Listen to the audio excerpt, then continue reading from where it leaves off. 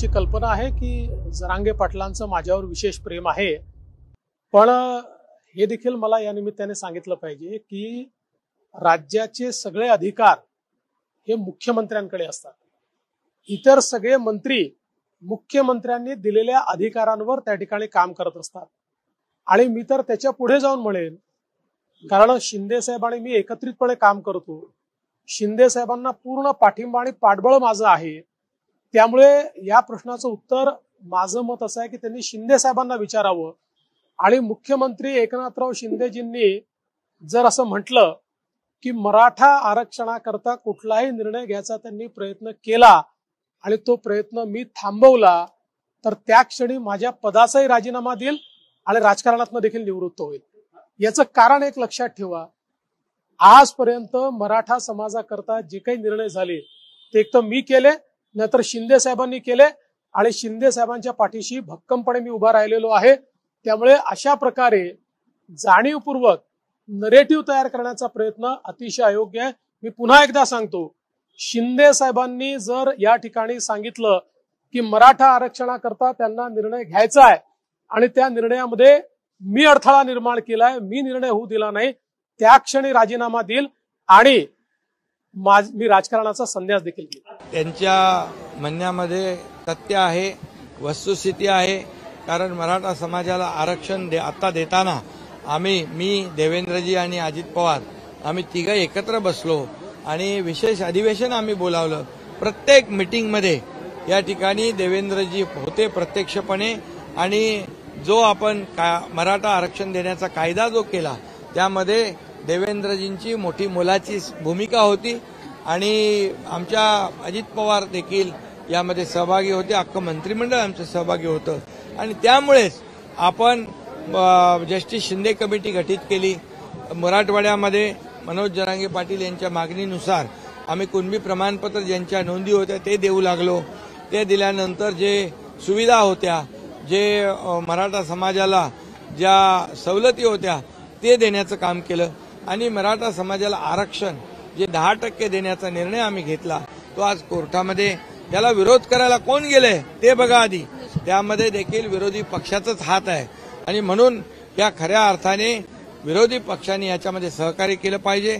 आणि यापूर्वी देखील जेव्हा देवेंद्रजी मुख्यमंत्री होते त्यावेळी देखील मराठा समाजाला आरक्षण देण्याचं काम त्यांच्या नेतृत्वाखाली झालेलं, त्याही मी कमिटीमध्ये होतो.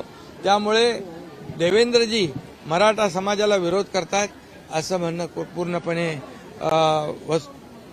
चुकीचं आहे आणि त्याच्यामध्ये कुठलंही तथ्य नाही. कारण शेवटी आम्ही जो निर्णय घेतो तो सरकार म्हणून सर्वांच्या सहमतीने एकत्रपणे निर्णय घेत असतो. तुम्हाला आमची तळतळ कळत नाही. तुम्हाला ही सगळ्यात आयुष्यातला मोठा पश्चाताप आलाय, राजीनामा द्यायचा आणि संन्यास घ्यायचा. म्हणून मी हे आज शब्द बोलायला लागलोय. आम्ही तुमचे नाही विरोधक. तुम्ही जाणून बुजून का देत नाहीत? कोण ते भुजबळ फिजबळ कोण आहे? काय त्याचं ऐकताय तुम्ही? कोणता नेरेटिव्ह भरून काढणार? आम्ही एकटेच 50-55% आहेत. काय करणार आहे ते भुजबळचं मतदान? काहीतरी सांगता तुम्ही. आमचं वाटोळं करायला लागला विनाकारण. काय माझ्या विद्यार्थ्याचं वाटोळं झालं सगळं. 13% आरक्षण दिलं तुम्ही, ते रद्द झालं. तुम्हाला माहिती आहे का? तुम्हाला जी आता पश्चाताप आला ना, मी आरक्षणाला विरोध करत नाही.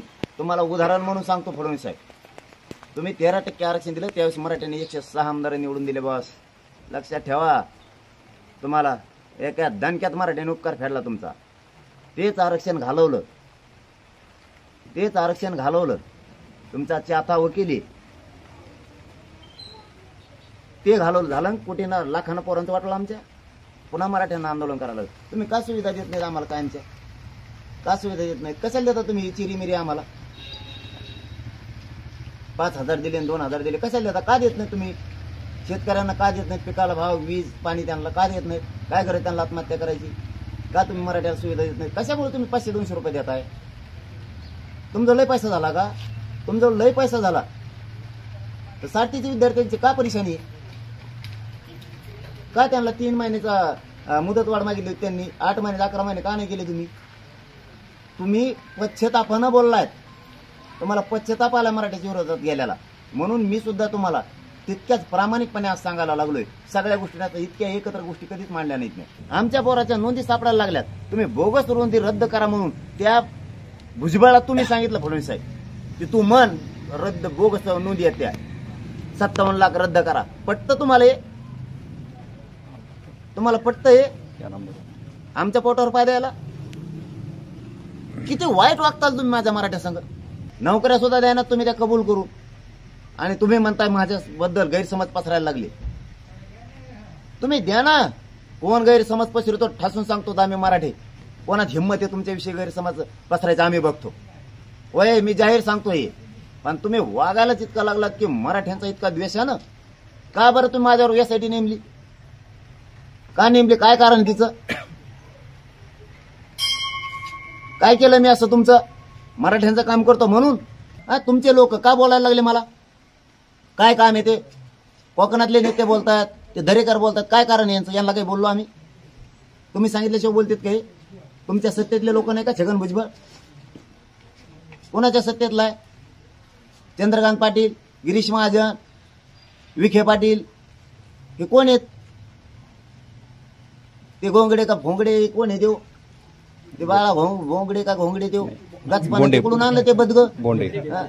ते कापूस बोंड्या कुठून आणला देव? गोंड्या देव पोळ्याचा बैल कोण आहे? ते पागल समजता का तुम्ही आम्हाला मराठ्याला?